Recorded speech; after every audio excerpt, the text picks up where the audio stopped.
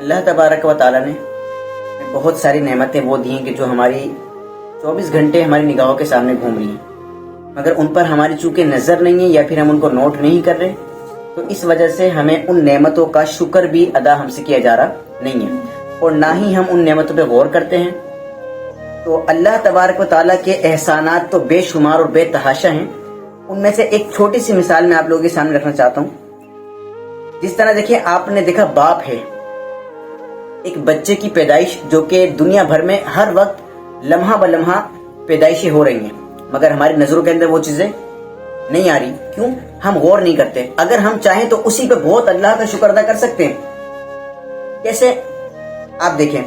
اللہ تبارک و تعالیٰ نے باپ کی پشت کے اندر ایک قطرہ رکھا، ٹھیک ہے؟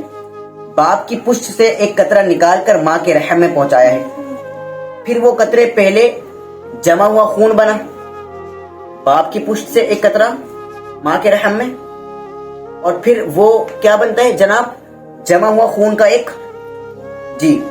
جمع ہوا خون بن گیا۔ پھر ایک گوشت کا لوتھڑا، پھر اس میں ہڈیاں، رگیں، مختلف اعضاء بنتے ہیں۔ پھر ان میں الگ الگ اثرات کی قوت رکھی جاتی ہیں، آنکھ میں دیکھنے کی، کان میں سننے کی، اور زبان میں گویائی کی قوت رکھی جاتی ہے۔ تو سبحان ہے وہ کہ جس نے ہڈی میں سماعت، چربی میں بصارت اور گوشت کے ایک ٹکڑے میں گویائی رکھی۔ ماں باپ کے دل میں ایسا جذبہ رکھا کہ انہوں نے اپنے سکھ اور آرام کو چھوڑ کر اس کی پرورش کی، ماں کے سینے میں اس کے لیے دودھ اتارا، اور باپ کے دل میں شفقت رکھی، اور یوں تدریجاً اس کو پالتا رہا، تربیت کرتا رہا، بڑھاتا رہا، اور جب وہ اپنی نیشو نما کے کمال طبیعی کو پہنچ کر بالغ ہو گیا، اس کا شعور پختہ اور عقل کامل ہو گئی، تب کہا اب ہماری ان نعمتوں کا شکر ادا کرو کہ جن کو پا کر کے تم اس مقام تک پہنچے ہو۔ ہمارے ان کمالات کی حمد و ثنا کرو کہ جن کے نتیجے میں تم اس کمال طبیعی تک پہنچتے ہو۔ دیکھو، اس نے تمہارے چلنے کے لیے زمین بنائی، تمہارے سانس لینے کے لیے ہوائیں اور سمندر رواں کیے ہوئے ہیں، تمہارے پینے کے لیے آسمان سے پانی اتارتا اور زمین کی تہوں میں چشمے جاری کیے، تمہاری روشنی پہنچانے کے لیے دن بنایا، تمہارے آرام کے لیے رات بنائی، سورج کی حرارت سے تمہاری کھیتیاں پکتی ہیں اور چاند کی کرنوں سے ان میں ذائقہ پیدا ہوتا ہے۔ کیا اللہ تعالیٰ کے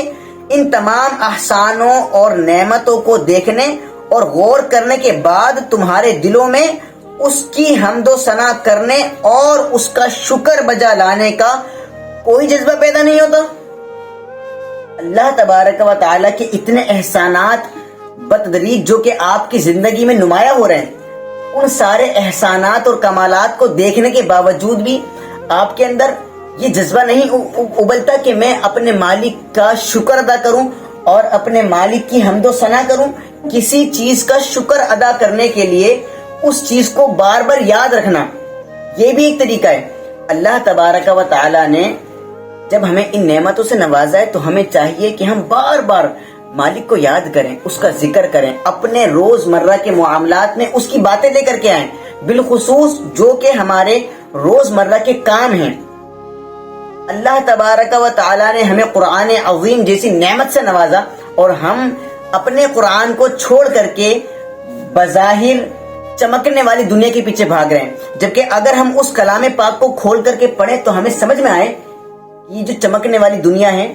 یہ صرف ایک مدت تک کے لیے قائم کی گئی ہے، اور اس مدت کے اس ٹائم پیریڈ کے ختم ہونے کے بعد ایک ابدی زندگی ہے جو کہ ہمیشہ رہے گی، جس کو تمام نہیں ہے،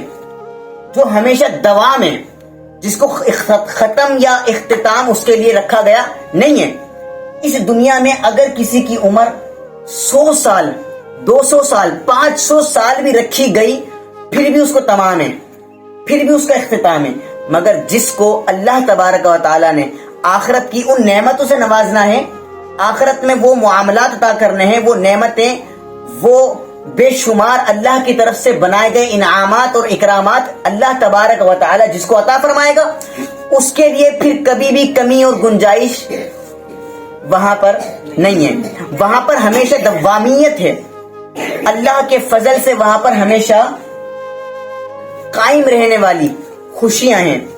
قائم رہنے والی نعمتیں ہیں اور قائم رہنے والی تمام ہی عافیتیں ہیں. وہاں پر کسی کو نیند نہیں ہے، وہاں پر کسی کو موت بھی